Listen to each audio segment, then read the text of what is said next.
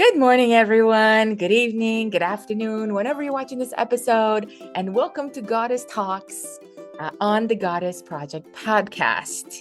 I'm very excited to bring another Goddess Talks episode to you this season 3, and there's a bunch more coming that I'm really excited to share with you.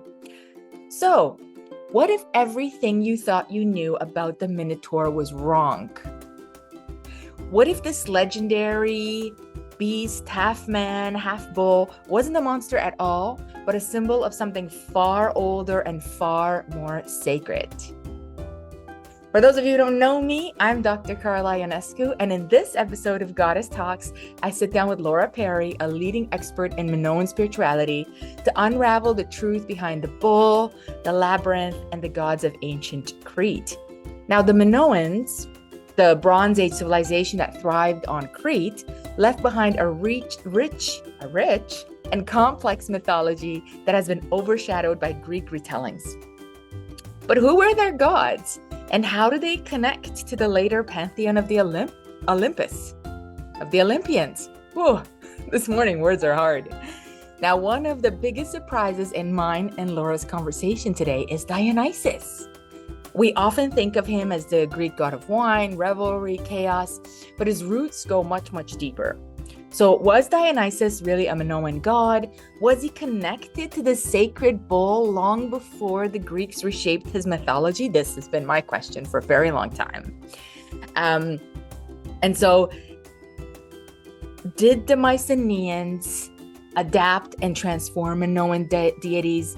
Was the Minoan Pantheon lost? Did it survive later on in disguise within the later Greek mythology? We're going to ask all these questions. I'm going to ask all these questions because I have all these questions for Laura Perry. And we had a really wonderful, wonderful discussion. So join me to discuss all of this. Laura Perry is an author, an artist, a spiritual practitioner who has spent years researching and reconstructing Minoan religion and spirituality.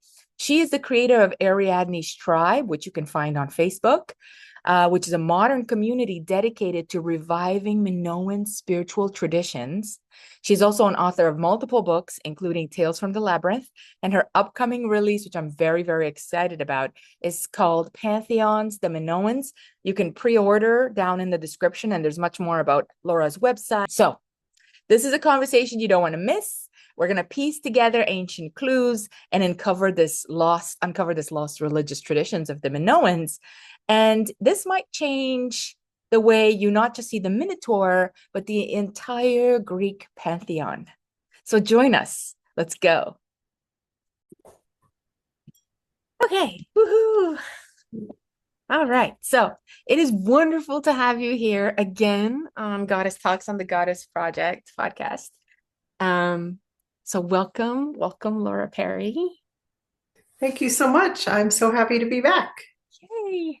Last time we talked a lot about Minoan culture, but I thought that we will talk a lot about Minoan culture as well, but I thought that we could start with, so I wanted to tell you the story, okay, just a brief story about Dionysus and the Minotaur, or the bull.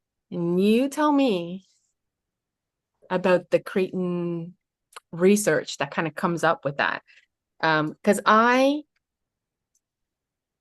okay, where do I start? It feels so typical to say, I have a deep relationship with Crete. Don't you find that you hear this a lot? Yeah. Yeah. I find sometimes that it's starting to sound a bit cliche, but also I'm very happy that lots of people have a deep relationship with Crete. You know, I was talking to Sarita Deste a little while ago, and I said to her, I don't know if you can understand this, but when I'm on that island, I feel like the mountains are my brothers. That's like, it feels like I'm nestled in family. I don't understand what this means, you know? And so we all love Crete. Lots of women go to Crete, lots of stuff going on around Crete. It's wonderful. I'm not a big fan of male gods, as you might know, and so I don't normally pay attention to them at all.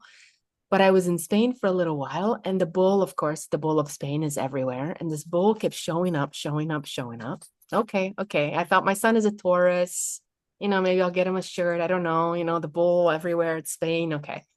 And then that evening, I watched this episode. Again, I think it was one of Sarita's published writers who was talking about Dionysus and had this image of the bull beside him. And she had said, well, Dionysus is worshipped as the bull, or was worshipped as the bull in Crete. And like academically, I knew that. But when I saw that thing come together, I went, holy crap. And then I don't know how to explain this, Laura, because now this is starting to sound less academic and totally spiritual. I felt like the God was like gonna hang out with me for the weekend.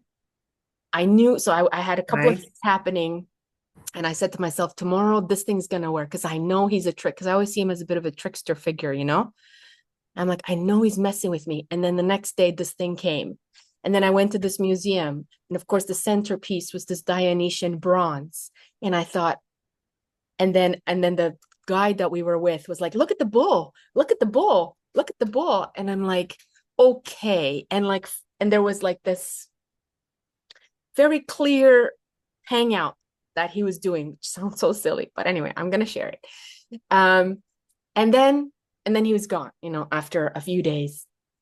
And so I thought of you when I saw Crete and the bull. I was like, if anybody can help me out, other than academic stuff that you can find, of course. But I thought I would love to talk to Laura about the bull. I know we talked about the Minotaur before, but just the bull as not this monstrous figure, Right. in Crete, and any Right. of the other gods, or maybe how what you think or what your research has brought up about Dionysus and all of that. So that's a big question, but I don't know. Yeah. You may start wherever you like. What do you think? Okay. So how about we start by painting the background, the setting for what we're going to be talking about. Okay, so time is an important aspect of mythology. Mhm. Okay. Humans have lived in many different eras, and the deities exist along with us in all of those eras, but we change and they change from one time period to another. And also, the way they appear to us and the attributes that we connect with them also change as our cultures interact with each other, for better or for worse. Mhm.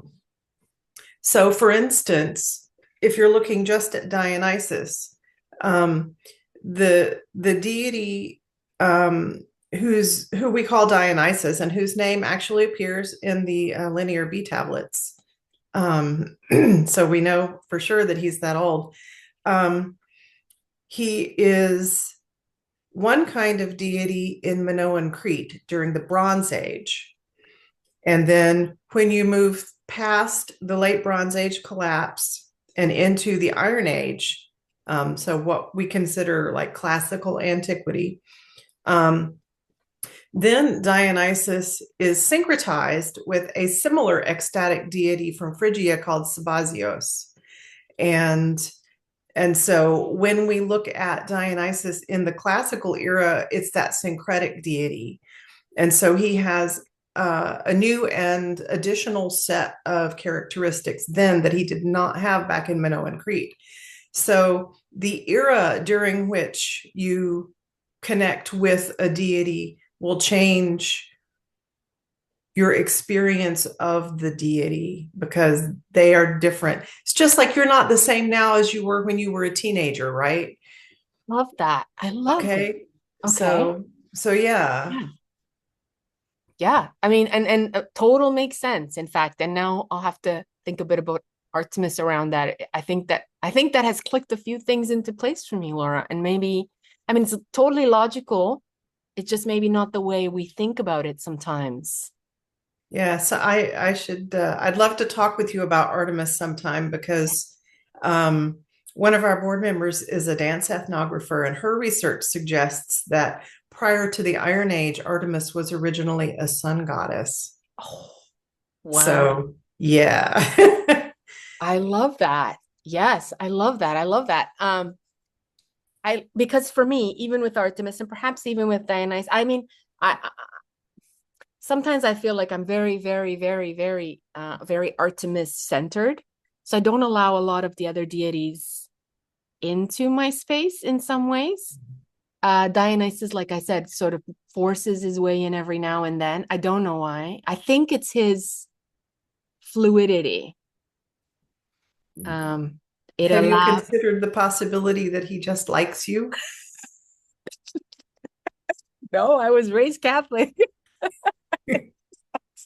If there isn't suffering involved, Lord. um, Perhaps. I mean, so now I hadn't really, I thought about Ariadne a lot because a long time ago I had this very powerful vision in which, in short, Persephone came and kept calling me Ariadne. And I was saying, no, my name is Carla. She was like, Ariadne. And then I couldn't get out of that vision without repeatedly telling myself, my name is Carla, my name is Carla, my name is Carla. So I had this, it's a couple of years ago. It was very, and probably the most intense vision I ever had. So, Oh, but then a lot of people call themselves Ariadne. And so I, again, my cerebral brain hesitates because it goes, well, how could you have been Ariadne when there's 500,000 people that also claim that they're connected to Ariadne in some way, or she comes to them? My logical brain goes, no, it's only a one person if she was a human, but of course she may have been mostly a goddess. You might know that better than me. So, and so I think that's when I started paying a little more attention to Dionysus. And then, so the only other, so he's the only one that really knocks on my door a lot. And then sometimes Hecate lately. Yeah, but that's a triad. I can accept that because Hecate, Selene, Artemis, right? So I'm like, oh, this feels good. This feels right, a trinity. But I'm starting to feel like my trinity is going to be Hecate, Dionysus, and Artemis in a way. Like it feels like these three are. oh, interesting. Yeah.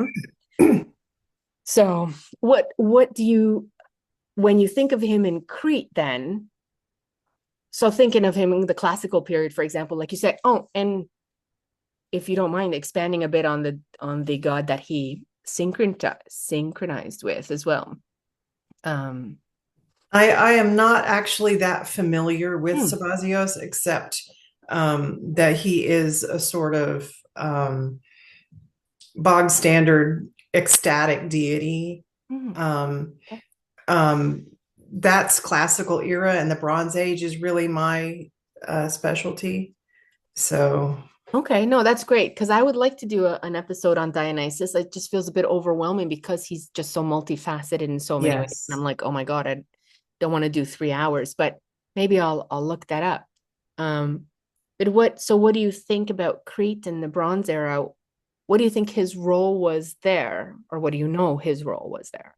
Okay, so we have a combination of academic research and shared gnosis, Mhm. and I will do my best to tease those two apart, but they interweave pretty significantly. Mhm. First of all, the your visions with the bull.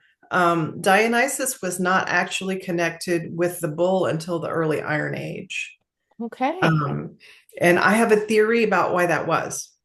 Okay.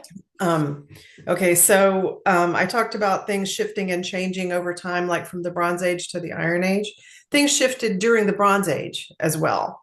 Yeah. Okay, so the early to middle Bronze Age is what we think of as really the glory of Minoan civilization, right? It's the shiny palaces, which are actually temples, and the frescoes, the beautiful art. The incredible wealth, most of which we don't have anymore because it was probably stolen, melted down. But so that's several centuries, close to I guess that's about 1,000 years from Mhm. maybe 3,000 to maybe 2,000 BCE, or maybe a little later than that.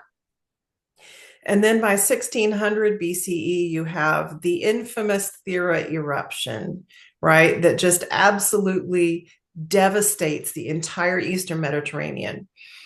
And contrary to popular belief, that did not actually destroy the Minoans. Um, it was a major blow to the entire Eastern Mediterranean, not just to Crete, but to the coast of Greece and Anatolia, the Levant, Egypt. The whole area was just scoured by a tsunami and overwhelmed by the ash cloud. And it was a mess for a number of years.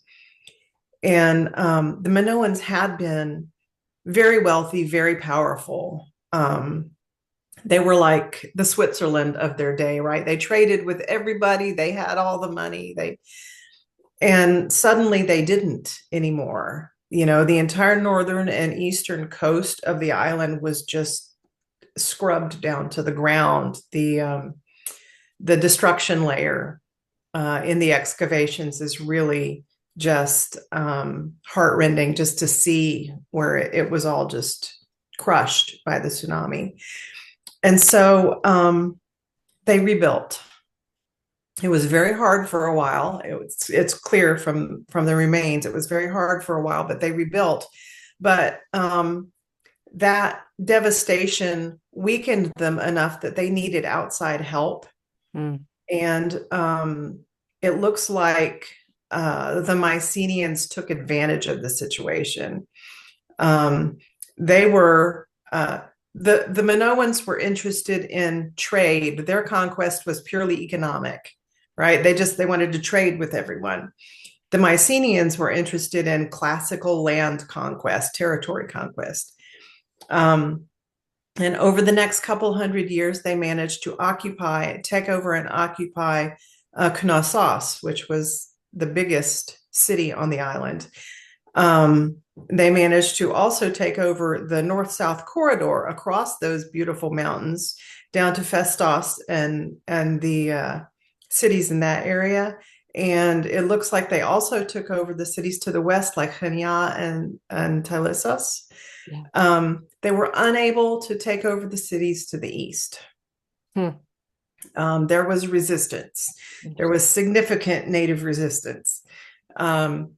And so those last couple hundred years, that's when we have a lot of artifacts from. Almost all the frescoes from the Knossos temple are from the Mycenaean occupation era. Interesting. Yes, 600 to 1400, 1300 BCE. So an awful lot of what we think of as purely Minoan isn't. It's actually a Mycenaean Minoan blend at that point. And we have teased out, we've been at this for 10 years now in Ariadne's tribe. So we have teased out what we think are the details of what happened to the Pantheon and the mythos during that era. Okay. So the Mycenaeans were an Indo-European people, right? They're the ancestors of the modern Greeks. And the Indo-Europeans have, all the Indo-European cultures have a pantheon structure that is headed by male gods, usually a sky god at the top. And the Minoan pantheon structure and the structure of many of the other pantheons around the Eastern European before the Indo-Europeans came in was not typically male dominated. The Minoan one appears to have been headed by mother goddesses, which makes sense because a pantheon is typically reflective of the culture, right? The structure of the pantheon reflects the structure of the culture. And if the Minoans were, as we believe, a matrilineal culture, then it would make sense for goddesses to be sort of the head of the family in a pantheon. And so the Mycenaeans borrowed a lot of Minoan religion. They borrowed iconography. They borrowed double handfuls of deities into their own religious practice. And in that borrowing, they shifted things around to fit their setup better, right? Because they already had a structure for the way their pantheon worked. Right.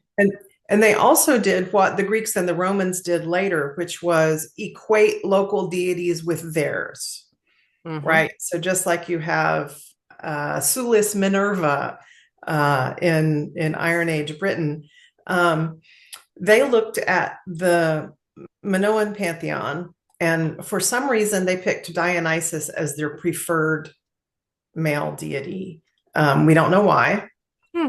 There are plenty of other male deities, um, but they decided they liked him best, and so they equated him. They decided he should be the top of the pantheon, Interesting. and Okay. they called him Cretan Zeus. No. Yes. Okay. And so you will see him referred to in some of the early classical writings as Cretan Zeus.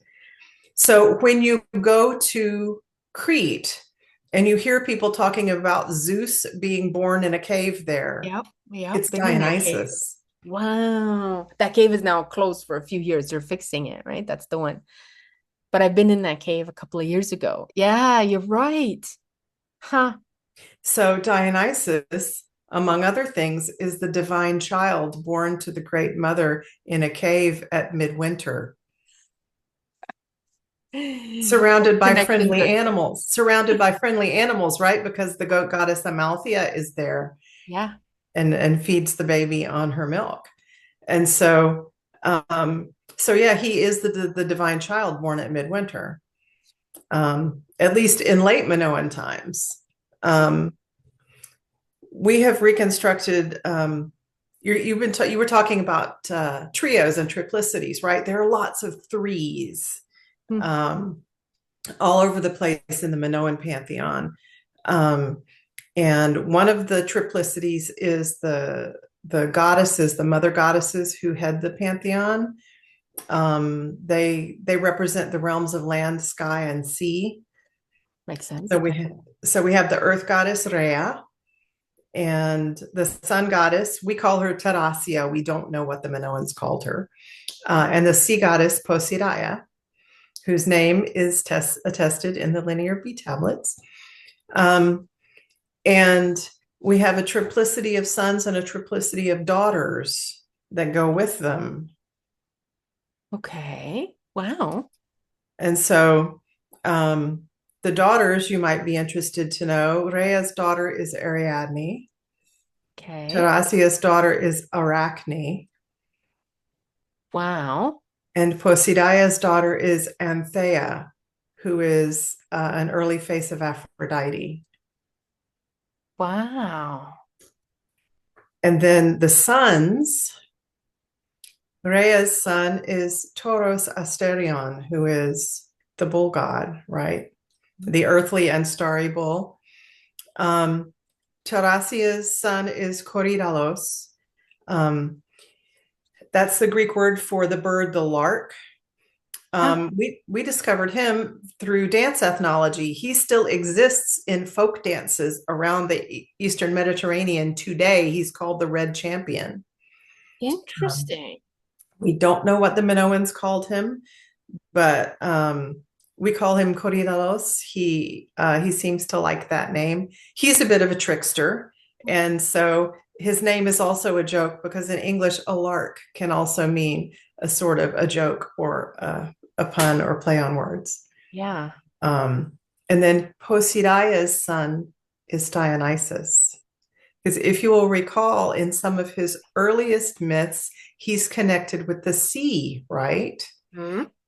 The dolphin is one of his symbolic animals. Yes. And sailors who died at sea were their souls were thought to take the form of dolphins and dive down into the deep ocean, which would be a passageway to the underworld. Isn't it fascinating that later Greeks turned that story into a horror story in which Yes. Dionysus turns the sailors into dolphins as punishment? Yeah.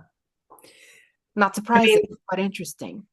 that may have been the best they could do with, the garbled fragments of the myth that made it through the LBA collapse, because heaven knows, oral tradition, in a stable culture, oral tradition is really remarkably accurate from one generation to another because people teach it to each other and are very particular about it being memorized exactly. But once you have chaos and collapse, then that just goes out the window. Yeah. So, but yeah, so he's Dionysus is the son of Grandmother Ocean. Wow. And there are so many dolphin riders. That's another thing I've noticed more and more in artifacts. So many dolphin riders um, that were or that continue to be in the culture now. The timing is all over the place for some of these artifacts. And so obviously they're based on sort of mythology and then repeated and recycled and things like that. But I have seen the idea of dolphin riders or kids playing on dolphins also in sort of Minoan Mycenaean culture. That's something that you have seen as well. No, actually, someone asked me about that the other day, so I went looking. Um, I cannot find any depictions of humans and dolphins in the sea together in either Minoan or Mycenaean art. Huh. I wonder if that's a later, I haven't followed that thread, like other than the artifacts, which basically just say dolphin rider, Greece, this date. Um, I had always assumed they are somehow either connected to Poseidon or Dionysus, but never followed that thread either. So I wonder what's behind, if there is anything that we can trace it back to, sort of an original inspiration for this. Well, my thought is that could be a symbolic depiction of the human soul, the spirit of the deceased. Maybe at some point somebody thought, oh, they don't turn into dolphins. Maybe the dolphins are the sort of animal conveyance that carries the soul to the depths, because the depths of the ocean are considered to be a doorway to the underworld, just like caves are. Right, right. Huh. That's fascinating. And so the Trinity, then, the Trinities seem to be embedded within Minoan culture, um, which is actually quite fascinating. Trinities feel very natural to me, but again, like I said, I can't tell if that's because I was raised Catholic Yeah. or Christian, or it's a combination amalgamation of all those things, because maybe Trinities are something that collectively, unconsciously, something that we deeply intuitively know. Uh, why? I don't know. But I find that fascinating that there's this repetition of trinities in Crete. Um, wow, wow. And so, if you were to, what would be some of the? Okay, so now, okay, wait, I have too many questions. Okay, so the first one then is, at which point do you think that Dionysus and Asterion? Okay, we've talked about before how Asterion becomes the monster, and that's definitely sort of Athenian conquest over Crete, Right. right? So I call it like fiction. I started to use the word fiction because I think people understand fiction better rather than this is not academically, or so, academics kind of made this up, or this is biased, or this is, all of those words fit. But I think sometimes I just say, well, this is like Ovid. Now I'm starting to just say, well, Ovid is just fan fiction. Yes. Right? Because I mean, Yes. that's what it is. And I think people get it right away when you say fan fiction, rather than going into the whole. I mean, I guess if we did a whole episode on Ovid, we could talk about all the political propaganda he's creating. So sometimes I think we can use that word for some of what the Greeks did, or certainly the Athenians with the Minotaur, created this fiction of this monster, which is a Right. student. But where do you think these two, the symbol of the bull, and because Minoans were bull riders and athletes, and yet Dionysus is in the water, let's say, with the dolphins. So at which point do you think, and again, I mean, you don't have to know this, but do you think these two kind of overlapped? Yeah, I'm guessing the original sort of collision happened during the Mycenaean occupation. Mhm. Um, because by all rights, being Rhea's son, the Earth Mother's son, Toros Asterion should be the divine child born in the cave, True. right? Because it's Rhea's cave. Yeah. And so it is our theory at this point, our educated guess, that because the Mycenaeans, for whatever reason, chose Dionysus as the most important of the Minoan gods, that they put him in that position. They substituted him, and he became the divine child. So, during those last couple centuries. Right. It's now that you say Crete and Zeus, it's so fascinating to me because I remember going up to that cave, which I don't know if you've been, but it takes so long to get up there. People are taking the donkeys up there. It is a hike, right? Yeah. And I remember thinking, why am I doing this for Zeus? Like, I don't care about Zeus. But I was like, okay, let's just go and see this dang cave, and being in that cave and thinking to myself, like, I don't know, this doesn't feel like Zeus. But I had not thought about Dionysus, which now that you say it, now like I said, they've closed it, they're fixing it up. But I'm very excited for when they open it up again to go into it with sort of this new knowledge. And it makes sense, I think, because again, what is Zeus doing in Crete, right? I think that's a question lots of people bring up, this idea of why is, of course, he's supposed to be there to run away from Kronos, but yeah. And there are at least two caves that are identified as Rhea's sacred cave. There's the one on, there's Siluritis, the one on, and there's Mount Dicte and Mount Ida, those Yes. two. So the sacred caves on both of those are considered to be Rhea's sacred cave. And there are many other identified sacred caves connected with other deities, but those two in particular are supposed to be hers. And I have to wonder if there wasn't some kind of competition in the Minoan era. No, we've got the real one. No, we've got the real one. Yes, I haven't climbed up to Mount Ida. That's where they say they have that hole in the ground, or what do they call the cavern in the ground. I don't know if they say it was an ancient Minoan place of worship. And no, I'm lying. That's Mount Yukta. Mount Yukta. Yes. Sorry, I'm lying. Yeah. Mount Yukta. I don't think I've climbed Mount Ida anyways. Sometimes I climb mountains for different reasons, and now I don't look at where I'm really going sometimes. But Mount Yukta is the one I'm talking about, which has the cavern in the ground, and that I was supposed to climb when I went there last time, but I just got a little bit lazy and didn't. But Rhea, I did know that Rhea played a key role in Crete.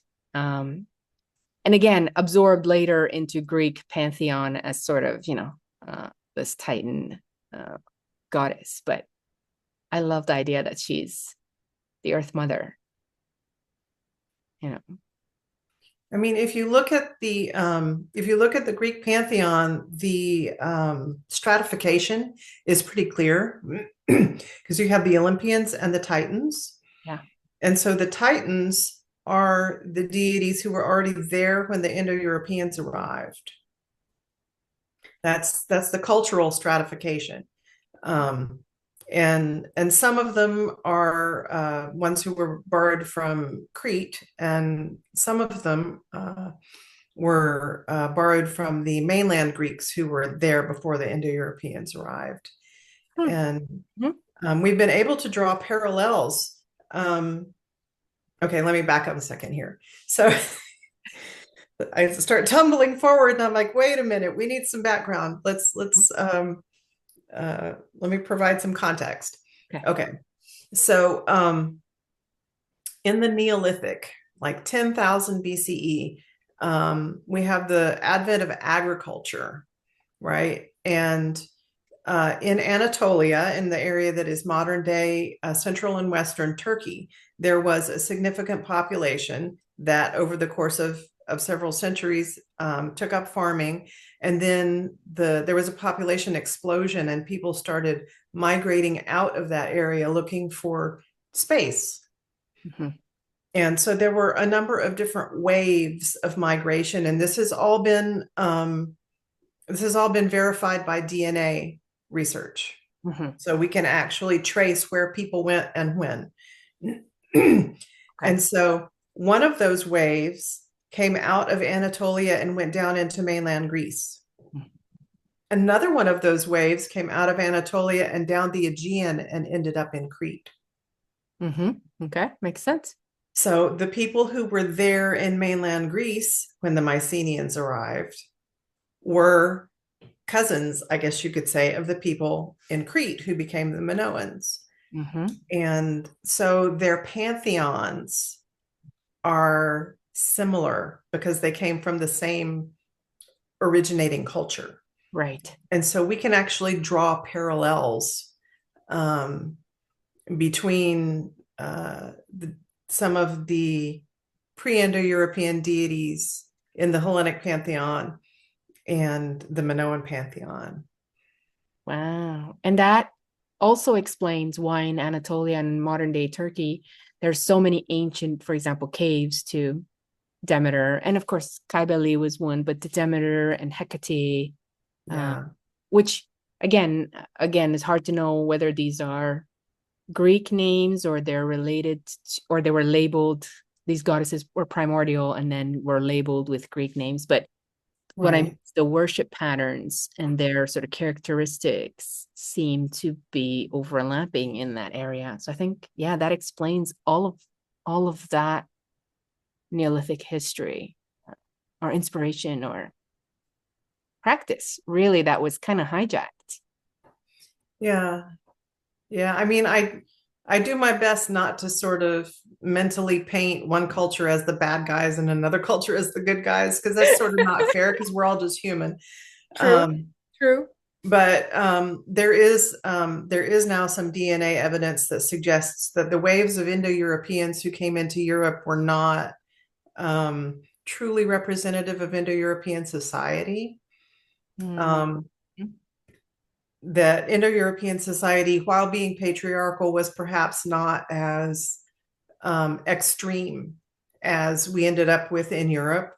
And the DNA evidence suggests that it was groups of young males Mm.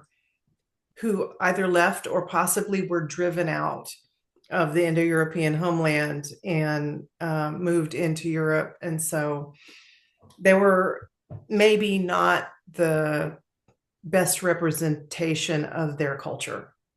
Yes, and that makes sense. And I think that really lines up also with Gimbutas's work, which is now becoming more and more verified as if we didn't already know. Yeah. Because perhaps in her interpretation that these were all sort of male groups or male whatever, now this may be a scientific, whatever academic explanation for Yeah. why there were so many of these male groups, let's call them, that were suddenly starting to move around and we're kind of hostile and somewhere we're looking actually to settle because they also didn't have anywhere to settle in a way either. Yeah. Um, yeah. And and this is a distinction from the waves of migration that came out of Neolithic Anatolia because those were families, right? Right. Those were families and sometimes whole communities that migrated together. They even brought all their farm animals with them. That has been verified with DNA. So they actually brought all their farm animals with them. But the Indo-Europeans, it was essentially men on horseback. Yeah. And that was it. So that's like Miriam Robbins Dexter has done a lot of deep research into the goddesses of the Indo-European base culture. Hmm. And there are a lot of them, but they never made it into Europe because the dudes on horseback only brought their gods with them because that's who they personally worshipped. Yeah. And so Yeah. that is perhaps why we end up with so many pre-Indo-European goddesses borrowed into, for instance, the Hellenic pantheon, because there were empty spaces to fill. Yeah. And you know, when you say that, it reminds me when I was in Thebes, they have this massive collection of artifacts, but particularly frescoes from the Mycenaeans. and other pieces. But one of the things that you see repeatedly are horses, men and horses, men and horses. Yes. So what you're saying actually fills, so there in some way you see the Minoan influence or the Minoan contribution, let's say, because you see the dolphins and the women and there's a lot of that. But then they have like sort of entire plaques that are 20 men on horses and a one guy in front. And, so lots of men and horses. In fact, I think one of the things I said to my friend was like, it is very clear the Mycenaeans love their horses and their men. But as you say that, I'm thinking, yeah, that makes a lot of sense that you could almost see this shift in their art, the what they valued in their art. And men on horses started to be, I guess, more and more of a focal point in some of their work and in their artifacts that they made, the ceramics that they made, little horses, we find all these horses, Right. right? Yeah, there weren't any horses on Crete until the Mycenaean occupation. Oh, They did not exist. Um, interesting. they used oxen and goats to pull wagons and carts, but there were no horses. That's interesting. Yeah. Yeah, and so if you see a horse in Minoan art, you know it's from the Mycenaean occupation or later. Hmm. That's fascinating. Okay, I didn't know that. um yeah, that's really interesting. I've started to pay a little more attention. So, I've gone to the Heraclean Museum several times. You always go with an intention. And now I'm starting to pay a little more attention to more nuances of different aspects Right. based on a lot of the stuff that you've posted in the group, because I think, some things you learn as you're digging through research during the Minoans, from articles, but the way to appreciate, let's say, a fresco, or to appreciate a piece, an axe, for example, or whatever, a butterfly or whatever it is on the art that seems to be so symbolically Minoan. After a while, I think you start to appreciate those in a different form, in a different way than maybe when you initially see them, you know? Yeah. Yeah. What do you think about, so, okay, my favorite cave in Crete is the Scotino cave. Has anything come up for you guys? So I say this because I feel like, okay, so let me tell you before you tell me, in case you tell me something and then I go, oh, like, okay. So it's my favorite cave. I don't know why. I originally went there because there was a Britomartis story there and perhaps an Artemis story there and all this stuff. And then it has such a powerful power in there. Although people like other caves, there's also caves in Crete. People have different favorites. And I started going there perhaps before my divorce. Yeah. And started making offerings in this cave to a goddess that seems to me, okay, it seems to me sort of like a dark goddess, but I'm not using the word dark in a negative way, but something primordial, something deep, something, I don't know. That cave has power. So now, it's come to a place where every time I go to Crete, I go and leave an offering in this cave, usually of sweets, honey, because who doesn't, the gods, right? They all like their honey sweets or pastries. So okay, so that's my interpretation of this cave. And there have been some moments of vision and communication in this cave, which is, again, I get in the car and I go, is that a real thing? That really happened? You know?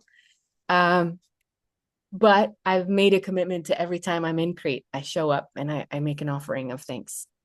So I don't know. And again, I don't want you, I'm not saying you're an expert in every cave in Crete. I'm just wondering if there's anything you've heard, or in the group, anyone that's had feelings at this cave as well. So far, we associate that one with Britomartis, who is okay. So context again. Geez. Okay. So here's another set of triplicities. We have horned deities, right? We call them the horned ones. Okay. And then there are three pairs. They're male female pairs. These are not husband wife in as you would find in like the Hellenic era. These are just male female pairs. We have cattle horned ones, goat horned ones, and deer horned ones. Okay. Okay. So the cattle horned ones are the Minotaur and Europa. Makes sense.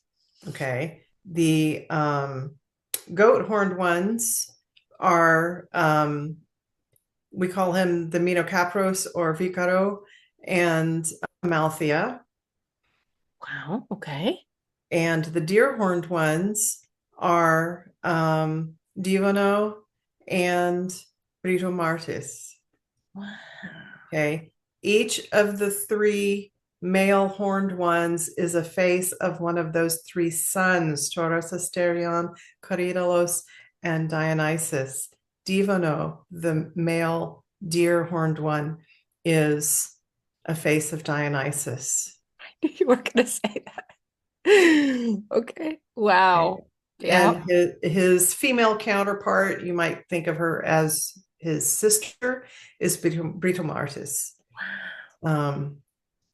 And she is very much now.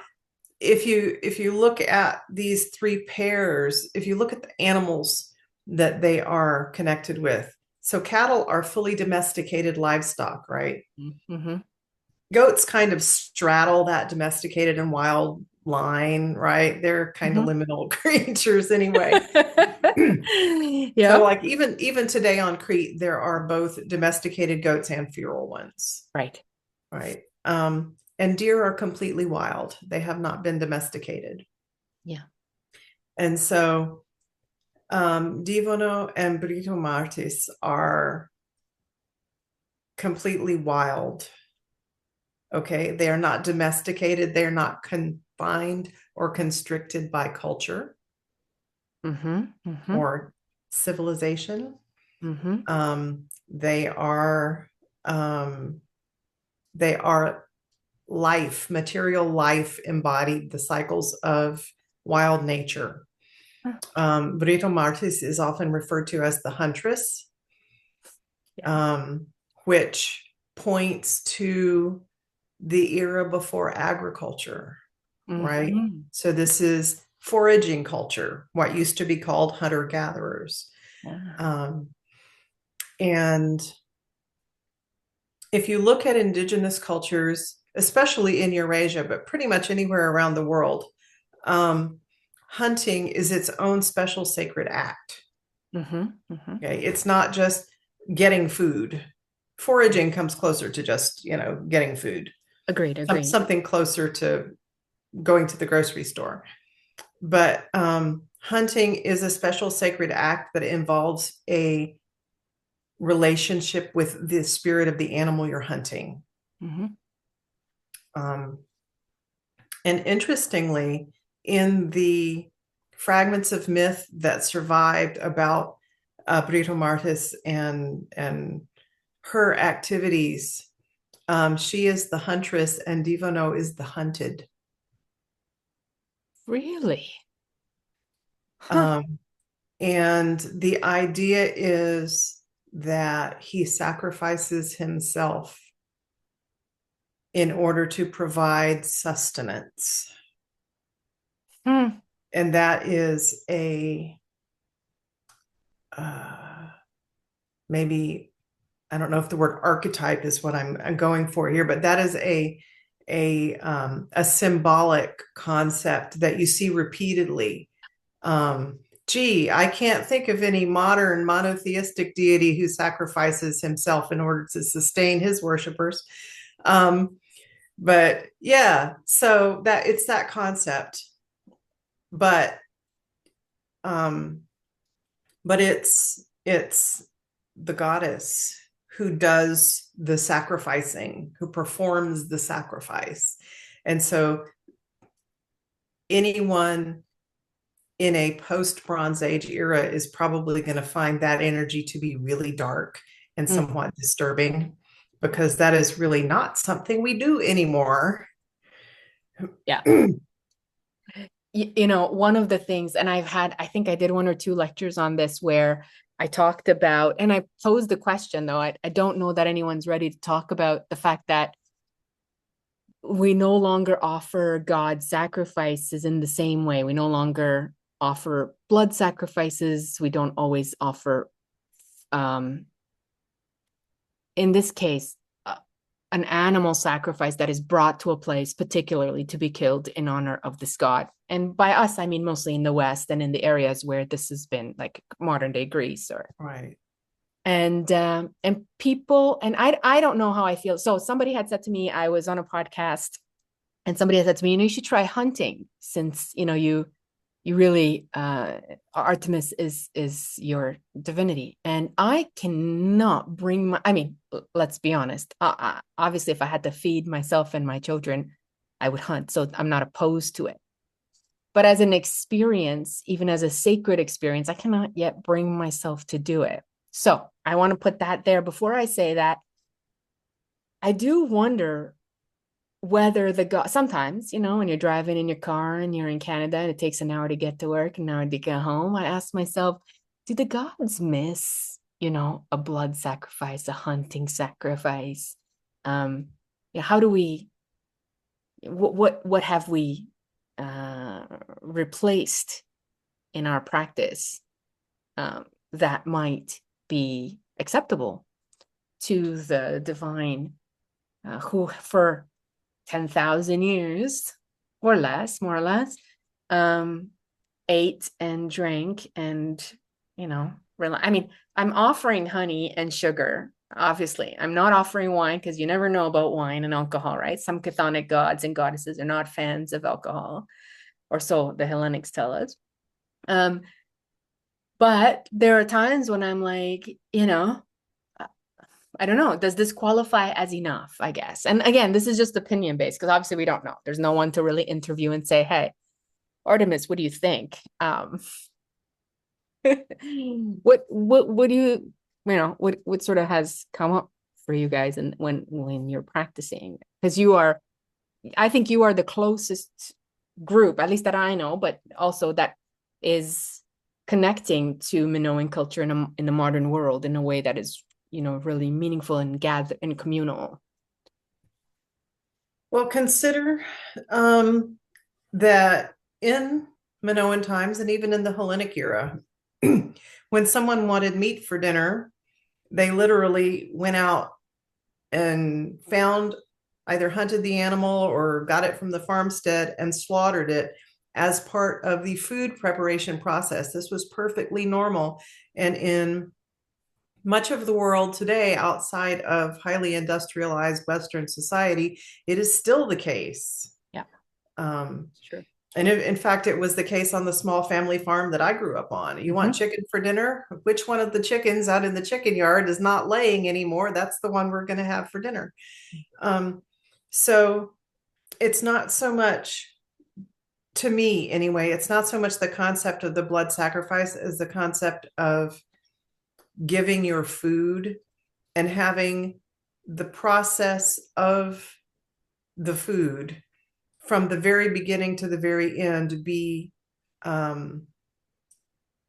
given, be dedicated to the deity. And we don't slaughter our own animals, most of us, anymore. The sacrifice that we make is when we put our dollars down on the counter at the supermarket. Yeah, exactly. Which is a sacrifice still. I mean, yes, many of us work very hard for those dollars. So yes, absolutely. And the spilling of the blood happens at the slaughterhouse now. Mm-hmm. And so, we have had mixed results with this kind of thing in Ariadne's tribe in our actual spiritual practice. A few of the deities that we have approached with the possibility of actually like hunting or otherwise slaughtering an animal in their for a sacrifice to them have said essentially not, oh, how dare you do that, but rather, you're asking the wrong question. Mm-hmm. So it's like it's not the blood itself. It's not the substance. There's something else behind it Huh. that is because when you speaking as someone who grew up on a small family farm where there was very little margin for error, when you slaughter an animal, it's gone. Yeah. Okay. It can no longer breed to increase your stock. It can no longer be sold. So you are taking a, especially if it's a large animal like a goat or a cow, you are taking a substantial portion of your family's wealth Mm-hmm. and cutting it apart and eating it. And so, dedicating that, dedicating the act of removing the animal from the herd permanently to the deities is almost literally the equivalent of pulling a huge wad of cash out of your pocket and setting fire to it. Right. I see what you mean. Mm-hmm. And so Yeah. um, there is there is energetic stuff associated with blood that can be used for magic and various other purposes. But if you're just talking about food, if you're just talking about slaughtering an animal for food, then that specific act seems to correlate pretty effectively with buying very high quality food uh, or making it yourself with very high quality ingredients and then giving it as an offering. Right. Right. Right. Right. It reminds me, I guess as you're saying that, I'm thinking that the gods in some ways evolve and adapt as we do with time as well. So Yeah. that someone has said to me, well, now we're offering wine or we're offering etc. in exchange or instead or as a symbol of. Um, and again, I have no authority to say whether a god says yes or no. I mean, I don't know, but I can imagine that the deities are not static, in a 3,000 years ago, 5,000 years ago stance. They've come along and Yeah. hope to reconnect with us in the modern. And so I think that makes a lot of sense because in the modern, whatever it is that you're offering, sacrificing, paying for, etc., in theory has a similar energetic value to what you might have hunted. Um, Yeah. There's also the aspect that all of these ancient cultures had complex, um, as in like deeply woven tapestry, relationships with the deities that already had built in safeguards hmm, and expectations that everybody knew on the part of both the humans and the deities. And we no longer have that context. And those are kind of like guardrails, right? That's like your safety is knowing all of this.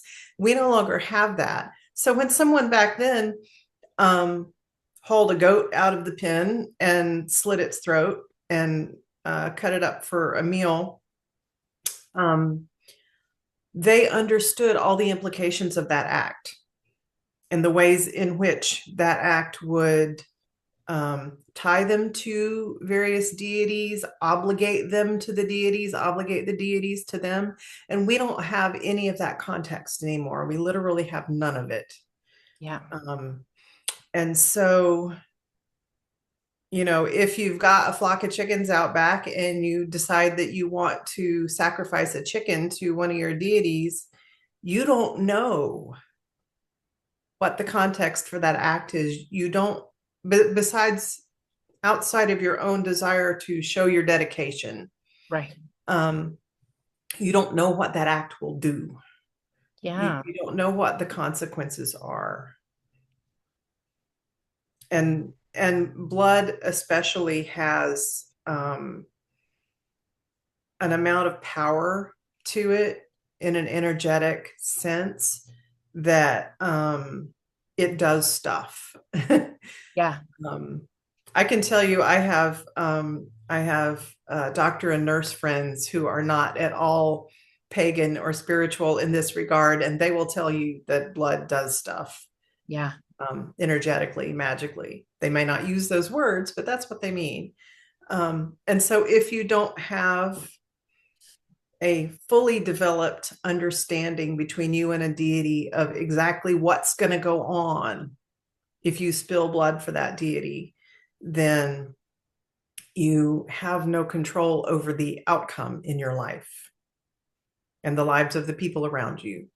So, Wow.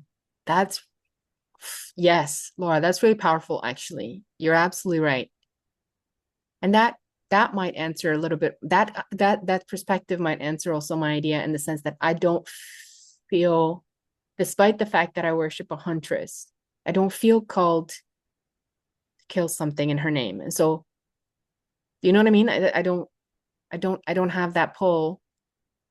And in fact, when the first time I offered sweets to, let's call her Britomartis, the vision in the cave that when she showed up was intense as heck. And the thought did cross my mind, actually, just as you say, you're calling someone, you know, let's hope that the sugar and the honey is enough and is not too intense, so that thought did cross my mind, because again, I think we maybe in our modern world today, we may not take some of that stuff as seriously, or maybe we don't talk about it enough in the public sphere about if you want to worship a deity, especially around Hecate. Like, I have this video on TikTok that blew up from Hecate Lagina because I went to go visit the site, and it just went nuts, and the comments in it are very much like, I feel pulled to this, and she's calling me, and all of this, which is fine. But sometimes a part of me goes, okay, but I hope a lot of these people are doing their homework. And also, actually, yeah. there is another TikToker or whatever who had been working with Hecate for several years. I don't know the story, but I've kind of heard secondhand stories, who now said, oh, she pulled me into a dark place and bad things started happening to me. And now I'm no longer practicing.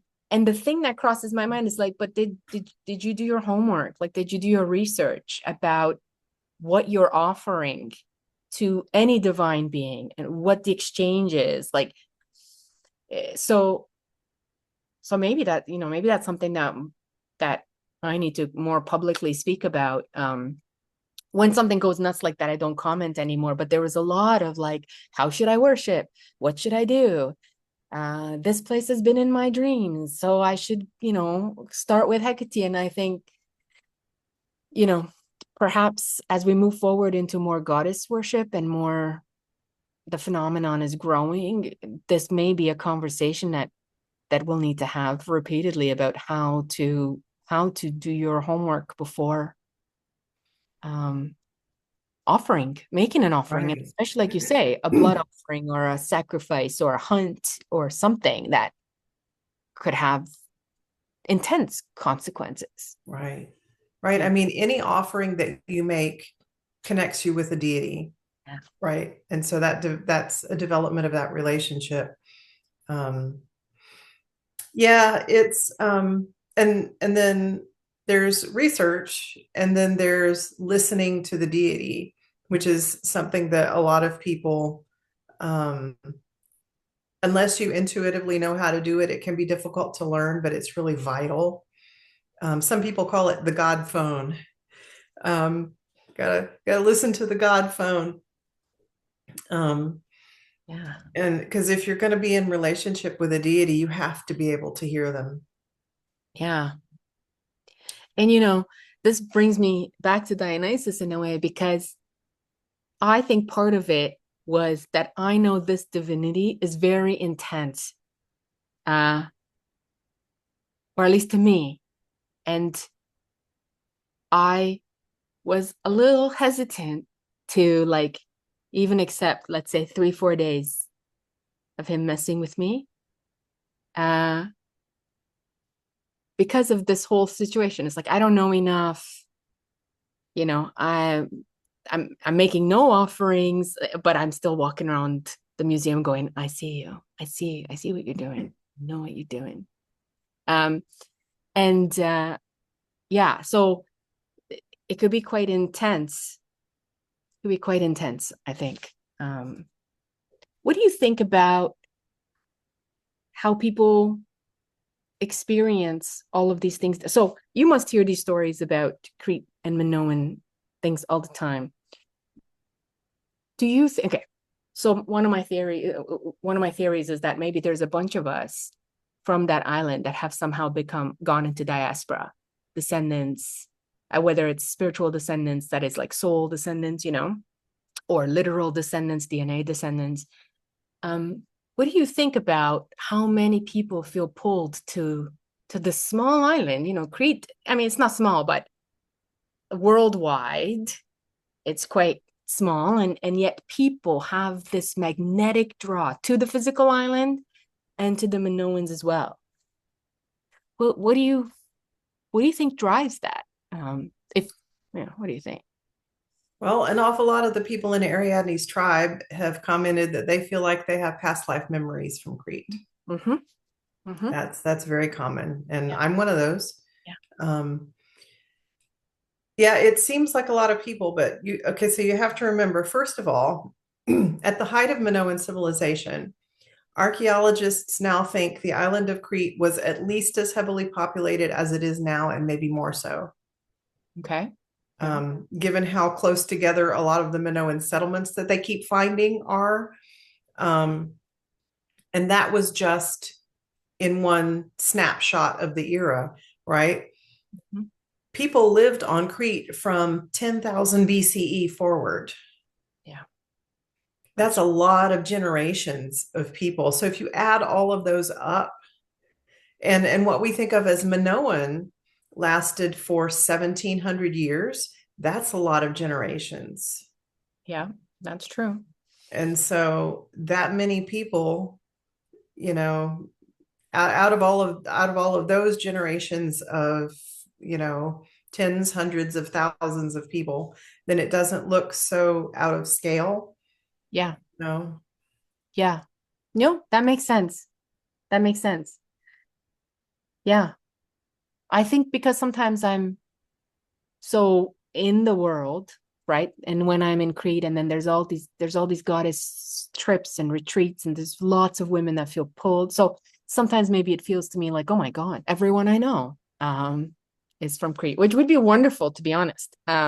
Sort of like I sometimes say that the island is calling us back. Like I sometimes feel like the island or Crete or whatever is sort of, if it's a central focus point and there's sort of these lights that come from it, all around the world, and it's sort of echoing and pulsing. Sometimes I have these visions that the island, the space is like reaching out.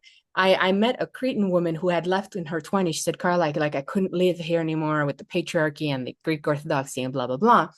And now she was in her 40s, and we met, we had lunch, and she said, but then a couple of years ago, I was like, the island was like waking me up in the middle of the night, telling me to come home. Wow. And now I'm home, and I've got, she had lived all over the world and was very spiritual and very goddess centered. And she's like, and now I have all of this, and I'm bringing it back, trying to figure out what does the island want from me? What's the call?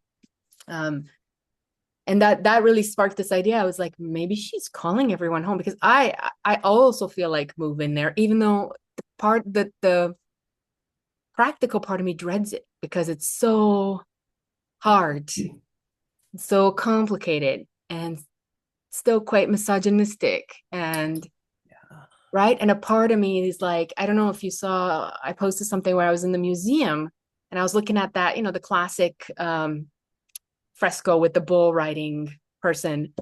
And I was talking to a woman in the museum, telling her, that the males were represented in a darker skin tone and the women in lighter. And therefore, we know that everyone was bull riding. And just having a casual conversation. And this man comes up to me and goes, like, kind of shoves me a little bit over and goes, do you want me to tell you about this fresco? I can tell you all about this fresco. I know all about it. And I said, no, thank you, whatever. And then he had this whole group that came within, 30 seconds. I guess he was a tour guide. And he was telling that story about, well, it's because the men went outside and so they were darker skinned and the women stayed inside. And the woman that I was just talking to looked at me and I looked at her like I had just finished telling her the complete opposite of that. And I was so infuriated that I decided, I had to walk away because as you know, I mean, you can't get into a fight. Right. You can't. Anyways, that's a long way of saying that there's a part of me that goes, oh man, living there will have its challenges. But then there's a part of me that goes, but no, there's nowhere else I want to live. So maybe the island is calling to some of us because I know there's a lot of people who can't come. So they echo that from diaspora. Yeah. Well, it also occurs to me, and this is something that Maria Gimbutas pointed out, that Crete is one of the last strongholds of old European civilization. The Minoans maintained Neolithic religious practices into the Bronze Age. Yeah. Okay. And so there is a sense in which Minoan culture is an island that sticks up above sea level. And what's beneath the sea is all of that old European culture, right? So Minoan Crete may feel familiar to an awful lot of people who don't have any direct connection with Crete itself because they do have a connection with old Europe. Wow. And old Europe extends all the way over into Ukraine. I have part of my spiritual practice is ancestral reverence, and my ancestral stream includes people from the Kukutani culture, Yeah. which is an old European culture located in Ukraine. So yeah, maybe this is not just Crete. Maybe the Minoan culture is sort of a beacon to call people back to the old European, that sort of Neolithic era when Like I love this and I know that people that are listening to us are going to go like wow, like yeah. So I feel like that is a truth. So I went back to Romania where I'm from. My father was raised in the Carpathians, and Cucuteni culture blends over in some part of Romania as well. yeah. And I hadn't gone back for many, many years. And I said to my mother, I'm going to go back to my roots and blah, blah, blah. And anyway, I went to go stay with family and I was expecting something like Crete there. And I didn't feel very much, I didn't feel anything. Although I loved the country and I went out and looked at a lot of Neolithic and Paleolithic artifacts because everything else is very Roman and the Dacians were very, very masculine and very aggressive and at least in the way it's being depicted in the museums. And so I said to my mother, I go, I don't know why I don't feel like home here the way I feel when I land in Crete. Like I want to, I was expecting it. And my mother says to me, oh, one of the reasons why we escaped when you were young and we were willing to escape is I didn't really feel that connection there. As I didn't feel like Romanian nationalist. I felt more like European nationalist, let's say, had to move. And I had this idea. I was like, well, what if somewhere up my, down further up the DNA, maybe we have ancestors that came out of, well, my mother has ancestors from Greek and Italian background, as many Romanians do. And so I thought maybe they came over or there's this thing, and maybe I'm feeling more connected to that because maybe they came over in some way, which is still a possibility. But I think this idea that you're about old Europe maybe fits even better with the resonance for that island more than, let's say, Bucharest, or places like that. Well, because that culture and those values survive for so much longer on Crete, so that energy is more vibrant and stronger and easier to connect with. Yeah. Well, you have given me and us so much to think about. I'm like so appreciative of your time and your explanation, and your perspective. Wow. So I thought that we would maybe even touch before we go on your work. So you said you have a few things coming up. Would you like to, yeah, let me, where are they? Okay. Tell us where we can get all your stuff. Oh, and your tarot cards, because I absolutely love your tarot card readings every week. I think they're very cool. So yeah, I can flash that right here because I've got yes, it. This is the book. I can't reach the deck from where I am right now, but it's the yes. Minoan Tarot. This is it's a tarot deck that I made years ago because I wanted a Minoan tarot deck and there wasn't one at Yep. that time. Mhm. And it has gender balanced face cards, and the art is entirely Minoan. I looked at each tarot card and I thought, okay, if I were a Minoan artist trying to depict the concepts that this card represents, how would I do it? And so there is no Christian symbolism in it. There's no modern symbolism at all. Everything on it comes from Minoan Crete. I love that. I have it. I mean, now I'm traveling, so I don't have it on me, but I bought it's beautiful. Oh, It's thank you. beautiful. I mean, it's such a fantastic work. It's one of my favorite decks. I mean, I don't have too many decks, but this one is one of my favorites. Uh, yeah, I love the art. And yeah, you're absolutely right. Now that you said that, I thought, yeah, you're right. The symbols are very refreshingly Minoan. Very refreshingly Minoan. Yes. And what about the books that are coming up? Okay, so I've got two books coming out this year. One is in the Moon Books Pantheons series, which I'm very excited about. It is called Pantheon, the Minoans, as you might expect. It is already available for pre-order. Okay.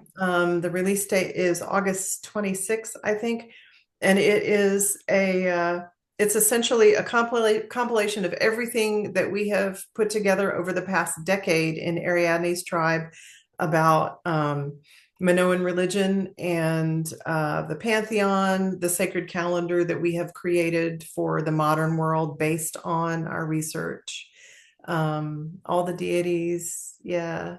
Oh, that's exciting. I'll put the links in the description below, but that's exciting. What a reference, like what a reference book for I can't think of anything quite like that available. So that's very, very Yeah, unique. there's pretty much not anything like that except for my other two books. But anyway, and then I also have a book of modern Minoan myths coming out at midsummer. And I had someone ask me the other day, what are modern Minoan myths? Because obviously, it's because the Minoans are not modern, but we are. Right? Um, and we don't have the myths from the Minoans' mouths themselves, right? Like we have the ancient Greek myths because the Greek writers, the Hellenic writers, their writings survived. The Yeah. Minoans didn't. And so we've had to take all the kind of research that we were just talking about and put that together into stories that are meaningful for us today in our relationship with these deities. And a lot of the stories kind of weave into the sacred calendar. Mm-hmm. Mm-hmm. And they represent like the sailing culture in Crete. There were and still are multiple subcultures on Crete. The sailors, the farmers, and the goat herders. And Mm-hmm. all three of those subcultures still exist. That's true. Um, Wow. and so we've even got there is a consensus now that there was a Minoan precursor to the Eleusinian mysteries, and so we have worked up a series of myths for we're just calling them the mysteries, and that is instead of Demeter and Persephone, it's Rhea and Ariadne. I love that. Yes. So, and it's fully illustrated. I Oh, wow. books. What was it? Was it Alice in Wonderland who said, "What good is a book without pictures?" I think so. Um, Yeah. I grew up on reading like the D'Aulaire's mythology books Mhm. with the glorious illustrations in them, and I wanted something that had that vibe to it. Yeah.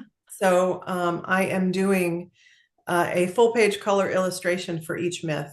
And I have started sharing those on my Substack every now and then if people want to peek at what's coming up in that. And that will be out at midsummer.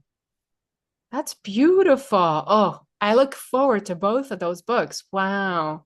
I also really, I mean, I'm a visual learner, but also I really enjoy visuals. Uh, One of the reasons why I go to museums and photograph 5,000 artifacts over and over and over again is because I think we need the visuals. They don't tell us Right. how many sitting goddesses or throne goddesses or whatever goddesses are there. And I'm like, I think by the time I'm done, it'll be thousands. We don't even know what they have in the back because they have hundreds in the back, Right. right? But everywhere I go, oh, here's another throne goddess. Oh, here's another, depiction of this, and here's another, and here's another. Um, and I think it's important that we have visual representation, you know, um, away from that traditional, let's say Hellenic and later Roman representation that is very Yeah. specifically the male gaze, very Yeah. patriarchal gaze. Yeah. I'm just like I did with the tarot, I am using Minoan art as inspiration for these pieces. In the Minoan tarot, I the colors in it are exactly the colors of the pigments that the Minoans used in their frescoes. Hmm. You know what the pigments would have looked like when they were new before they faded. Right. Um, for the mythology book, I have gone with a lighter, more vibrant color scheme, just because it seemed to fit with the idea of like telling stories and having fun. So Yes. Oh, I look forward to ordering both of those. And I'll put all of that information down below us in the description so people can follow you and um, purchase or pre-order the books and um, yeah, kind of get your work out there. 'Cause I think you're one of the leading, well, you are the leading modern Minoan, let's say, expert slash specialist. I don't know, whatever word you'd like to say there, that I know. So, other people might know someone else, but um, sometimes when I'm in a place and I see something that is not academically in an article that might explain, even if it is, I ask myself, what would Laura Perry say about this? I wonder what does the group say about it? Like I tried to climb, and we're closing soon, y'all, but I tried to climb up to the new place that the new archaeological dig that they have. The clock, the sun clock or whatever, or the dial. oh, on top of the mountain, yes. Yeah. So I know where it is. Of course, we all know where it is. And so I climbed up the one side of the mountain, hoping I could stand over it and look down. But it's great. Right at the top of the mount, right at the top where you would look down onto it, there's like these massive rocks that are unclimbable. You need. Man. So I ran up against them and I was really, really frustrated. Anyways, and then my brain went, well, there must be roads because they're taking the cars there, Carla. They're not all hiking. But I was trying to get around, thinking they had closed it up. And plus it's an airport space and you don't want to mess with the Greeks and their airport spaces. They take that stuff seriously. So then I came down, I was defeated. The goats and I had spent some time together. And then I found this road that kind of came around the bottom. It was a dirt road, but I knew it led to the thing. And so I tried to drive up to it and I did for a while. And then there's this big fence, literally like I could see, the green archaeology, they have these green mats that they put when they're digging. I Right. could see them, like I could see them, but there was a fence with a dog on it that said very fiercely, like, do not pass, do not enter. This is Oh being no. not like a Greek lock, where you're like, okay, this was. And so I thought, Carla, you should probably spend some time emailing somebody and getting permission to go see Uh, rather than hopping fences. But I say that because so much is still being discovered. Um, yeah. All and the time, all the yeah, time. A lot of people have the sense, I guess, from what's available online, mostly like on Wikipedia, that Minoan excavations are something that happened a century ago and stopped. Yeah. But no, all these sites are being found all the time. Yeah. Yeah. Yeah. Yeah. And this sundial, and then, or I'm calling it a sundial. I don't know if that's the right thing, the right word. But then I found something in the museum, like a brick with that symbol on it itself. Like it looked like it had a symbol on it.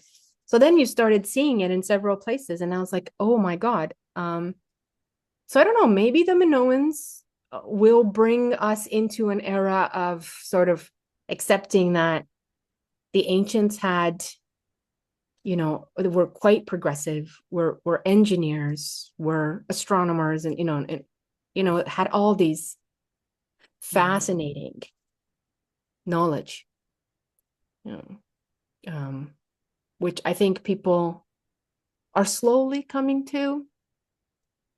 Well, we're having to sort of peel away the social Darwinism that has been applied to our history books for so long. Yeah, yeah. And the palace, the palace and the name of the palace. Yeah. And yeah, but we're working on it. And I think more and more people are leaning into it. I've had many conversations where people are like, oh yeah, I heard that they may not have been palaces. And I'm like, you did? That's wonderful. And I've even seen some people within academia sort of publish in their social media posts things about how, Evans did some things, that may have been a bit more. So there's more, they're taking a bit more liberty with saying the things that are pretty much public knowledge if you look up his diary and his, Right. Yeah. So, so who knows where this will lead us, Laura. I guess this must be very, very excited for your community. The more they find out, the more, right? The more fascinating, and perhaps like in Bhutas, I'm thinking that the more they find out, the more your understandings and intuitions will be confirmed. Yeah, I hope so. Yeah. Well, thank you so much for being here with me again. Well, thank you so much. It's been a pleasure. Thank you. And who knows, we may have to meet again, and because I still feel like there's lots to talk about when it comes to this history. But thank you so much. Thank you for joining me and for being here. Well, thank you. All right. See you guys next time. Thank you.